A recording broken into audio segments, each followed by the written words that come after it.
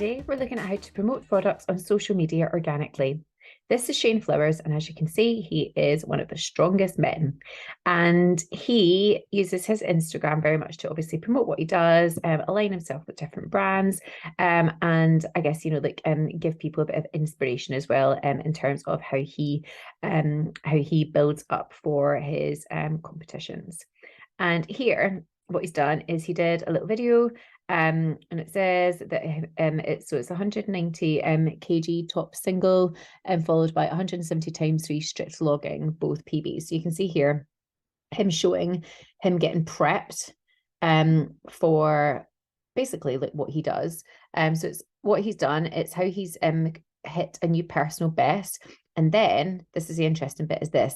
So he's tagged in every single product that he uses. So it's everything that you see there in the background. So you've got like MyRefit, for example, you can see that there.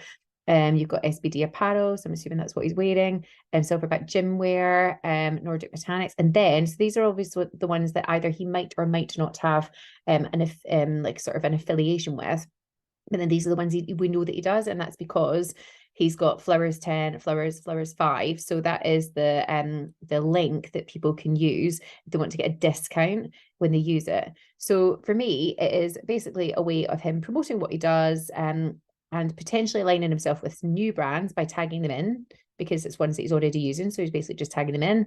And then he's looking at brands that he also obviously does already have a relationship with. And as you can see, people have gotten really engaged with it. And even like the likes of MyRefit, obviously they've been tagged in. They've said, it's really fierce, and they've used the emojis, which is really incredible.